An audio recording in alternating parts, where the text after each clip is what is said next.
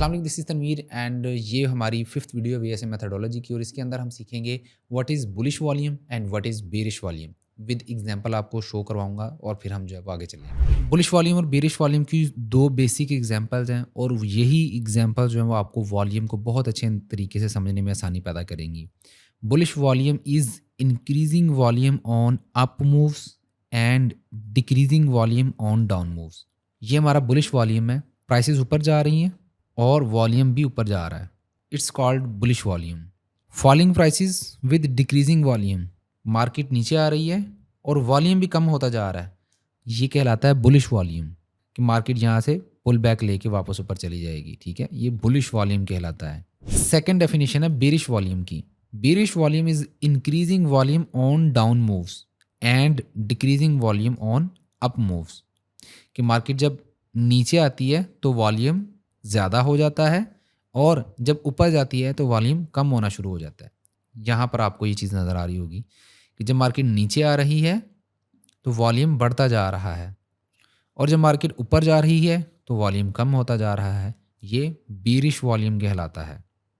अगर आप इतनी सी चीज़ समझ जाएंगे तो ये आपको बहुत ज़्यादा ट्रेडिंग में मदद नहीं करेगी, बल्कि आपको और भी इसके साथ चीज़ें समझनी होंगी, जैसे कि आपको प्राइस स्प्रेड और प्राइस एक्शन को रिलेट करना वॉल्यूम के साथ। ये चीज़ भी आपको समझनी पड़ेगी कि प्राइस ने कितना मूव किया कितने वॉल्यूम के साथ। ये आपको समझना बहुत ज़्यादा ज़रूरी है। जैसे कि यहाँ पर लिखा हुआ है the market is an ongoing story unfold by bar. आपने उसको बार बाय बार एक कैंडल को पिछली कैंडल के साथ समझना है और ये आर्ट है। The art of reading the market is to take an overall view, not the concentrated of individual bar on individual bar. आप ट्रेडिंग को एक आर्ट की तरह समझें, ना कि एक साइंटिफिक रूल की तरह कि जहाँ पर एक ही चीज़ हर बार काम करेगी, बल्कि आर्ट में हर बार कोई नई इजाद चीज़ बनती है और नया ही एक लुक दे रही होती है। तो यहाँ पर भी ऐसा ही होता है कि हर बार मार्केट आपको सेम पैरामीटर्स नहीं दिखा रही होती, हर बार एक नई चीज़ बनकर आपके सामने आ रही होती है। तो आपने उनको बार बाय बार कंपेयर करना है और फिर समझने की कोशिश करनी है कि मार्केट ओवरऑल आपको क्या पिक्चर दे रही है, ओवरऑल इस आर्ट का क्या मकसद है।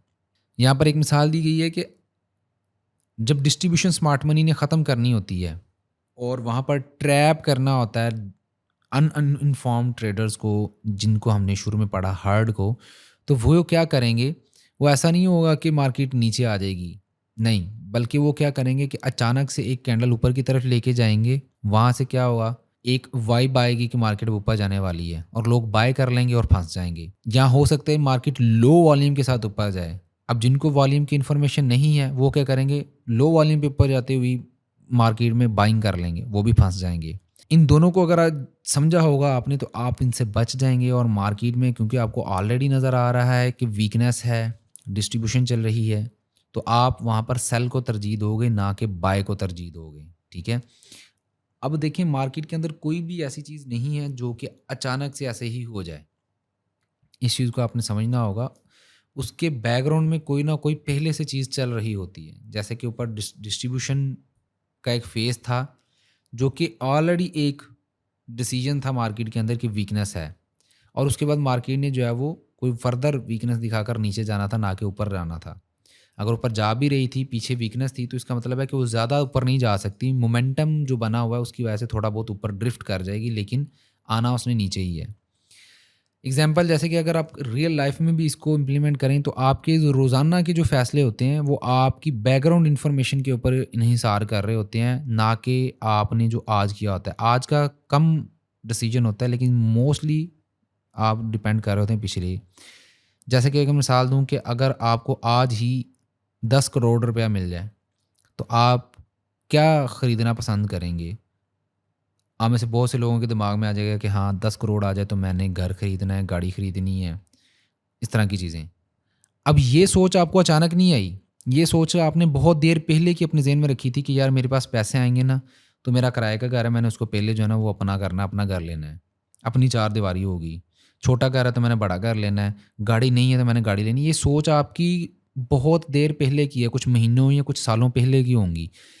अचानक से पैसा आने के बाद आपका डिसीजन उसके बाद नहीं बनना, बल्कि पहले से ही किए हुए फैसले के ऊपर आपकी इम्प्लीमेंटेशन हो रही होगी, क्योंकि बैकग्राउंड के अंदर क्या है कि आपने गाड़ी खरीदनी है, तो पैसा आने के बाद भी आपकी ही यही कोशिश होनी है कि आपने गाड़ी खरीदनी है, लेकिन उस वक्त आपका जो थोड़ा बहुत चेंजेस आएगी वो ये आएगी कि कौन सी गाड़ी अब खरीदनी है, कि पैसे इतने हैं तो इसके हिसाब से हम कौन सी खरीद सकें। इसी तरह कोई भी मार्केट जो है वो काम करती है, वो इसी तरह करती है, वो अपनी हिस्ट्री को देखकर अपनी फाइनेंशियल जो भी स्ट्रेंथ है, जो वीकनेस है मार्केट के अंदर, उसको ज़ाहिर कर रही होती है, और उसी के ऊपर जो है वो काम कर चल रहा होता है। न्यूज़ आती है, न्यूज़ का इम्पैक्ट होता है, लेकिन ओवरऑल मार्केट के डायरेक्शन वही रहती है जो कि बैकग्राउंड में नज़र आ रही होती है। लास्ट में फुट नोट्स हैं, ये आपने याद रखनी है, इसको भूलना नहीं है। गिरती हुई मार्केट में गिरती हुई मार्केट में वॉल्यूम जो है वो पिछली 2 बार से कम हो, और स्पेशली अगर वहाँ पर जो बार की साइज़ है वो छोटा हो जाए, नैरो हो जाए, और उसकी क्लोज़ मिड में या मिड से ऊपर हो रही हो, तो ये इंडिकेशन दे रही है कि यहाँ पर अब सेलिंग मौजूद नहीं है। इसकी मिसाल मैं आपको यहाँ पर बना के दिखाता हूँ कि यहाँ पर मार्केट नीचे आ रही है पीछे बैकग्राउंड के अंदर, और कैंडल्स जो हैं वो स्पेशली नैरो हो गई हैं, और उनके जो क्लोज़ हैं वो मिड या मिड से ऊपर होना शुरू हो गए हैं, और वॉल्यूम जो है वो इस तरह से कम होता जा रहा है। तो दिस इज़ द इंडिकेशन कि वहाँ पर अब सेलिंग प्रेशर नहीं है। ये इंडिकेशन कर रहा है कि यहाँ पर सेलिंग प्रेशर नहीं है। तो मार्केट क्या होगा, वापस ऊपर जाने की कोशिश करेगी, क्योंकि वहाँ पर अब रुकावट आ गई है। मार्केट अब नीचे जाने के ऊपर जो है वो एग्री नहीं है। वहाँ पर कोई भी ऐसी फोर्स नहीं है कि जो उसको नीचे लेके जाए, क्योंकि वॉल्यूम भी कम होता जा रहा है। ठीक है, वो ड्रिफ्ट तो कर रही है थोड़ी सी, लेकिन वो ज़्यादा देर तक नहीं चलेगी। हो सकता है कि कुछ 1-2 कैंडल्स में और नीचे जाए और उसके बाद मार्केट ऊपर जाना शुरू हो जाए। इसी तरह down bars, weakness shows itself on up bars, especially spreads are narrow with volume less than previous 2 bars. This shows that there is no demand from professional traders. इसकी भी मैं मिसाल यहाँ पर आपको बना के देता हूँ कि यहाँ पर इस तरह से अब बार्स तो आ रही हैं, कैंडल जो है वो पिछली कैंडल बार के क्लोज से ऊपर जाकर क्लोज हो रही है, लेकिन उसकी जो क्लोजिंग है वो मिड या मिड से नीचे हो रही है। तो ये ज़ाहिर कर रही है कि यहाँ पर प्रोफेशनल्स की तरफ से कोई भी ज़ोर नहीं लग रहा ऊपर जाने के लिए। ठीक है, वॉल्यूम जो है वो इस तरह से ड्रॉप हो ही जा रहा है। ये वीकनेस को शो करता है कि मार्केट नीचे आएगी, और ये चीज़ शो करवाती है स्ट्रेंथ को कि मार्केट अब ऊपर जा सकती है। ठीक है, इस चीज़ को अब आपने ज़हन में रखना है, और ये बेसिक प्रिंसिपल्स ही पूरी हमारी वीएसए के चैप्टर्स के अंदर बार बार रिपीट होने हैं। तो आपने इनको लिख लेना है, अपनी रजिस्टर के ऊपर नोट कर लेना है, और संभाल के रख लेना, और बार बार रिपीट भी करना है, ताकि आप समझ सकें what is bullish and what is bearish volume. ठीक है, और वीएसए के जनरल रूल को आपने हमेशा याद रखना है। मैं आज के पूरे लेक्चर को समअप कर रहा हूँ। वीएसए का जनरल रूल क्या है, strength appear on down bars and weakness appear on up bars, कि जब भी मार्केट के अंदर स्ट्रेंथ आएगी वो डाउन बार्स पे आएगी, नीचे आती हुई कैंडल्स में आएगी, और जब भी वीकनेस आएगी वो ऊपर जाती हुई मार्केट में आएगी, अप बार्स में आएगी। When smart money wants to buy something they mark down the price so they can buy cheap which creates down bar. जब स्मार्ट मनी ने कोई चीज़ खरीदनी होती है तो मार्केट को नीचे लेकर आती है ताकि वो सस्ते में ख़रीद सकें, और वो सस्ते में ख़रीदेंगे तो उसकी कोशिश में क्या होगा कि मार्केट में डाउन बार्स बन रही होंगी, क्लोज जो होंगे वो पिछली बार से नीचे जाकर क्लोज हो रहे होंगे, रेड कलर की बार्स बन जाएंगी। व्हेन दे बाय, जब उन्होंने ख़रीदारी करनी है, their buying reduces the supply which increase the demand and this demand appears as strength on down bars.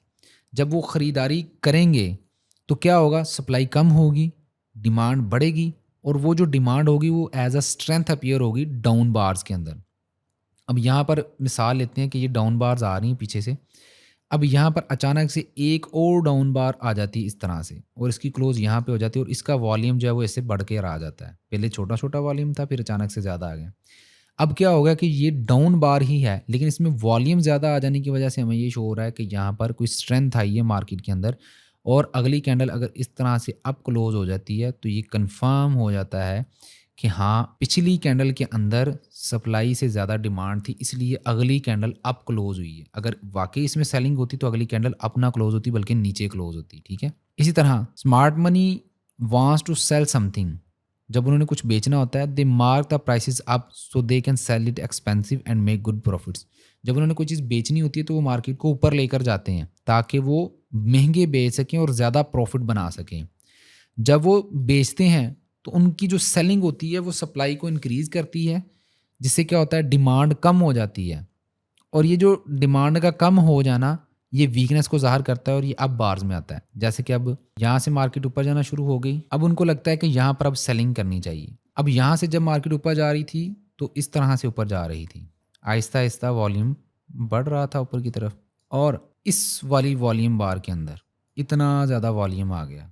इस वाली बार के अंदर इतना ज़्यादा वॉल्यूम आ गया और अगली कैंडल इस तरह से नीचे क्लोज़ होगी। तो ये शो करवा रहा है कि इसके अंदर वीकनेस है कि यहाँ पर जितनी बाइंग आई है उससे ज़्यादा सप्लाई आई है, इसीलिए अगली दिन की क्लोजिंग जो है वो नीचे जाकर हो गई है या अगली बार की क्लोजिंग पिछली बार से नीचे हो गई है। तो ये शो करवा रहा है यहाँ पर वीकनेस ऑन अप बार कि ऊपर वाली बार के अप बार के ऊपर वीकनेस आ गई है, सप्लाई ने हिट कर लिया है मार्केट। ठीक है, तो ये था आज का टॉपिक जिसमें आपको बताया कि what is bullish and what is bearish volume और वीकनेस कहाँ पे आती है और स्ट्रेंथ कहाँ पे आती है, ये भी आपको उम्मीद है कि अच्छे से समझ आ गया होगा। इंशाल्लाह अगले टॉपिक में हम चीज़ें समझेंगे।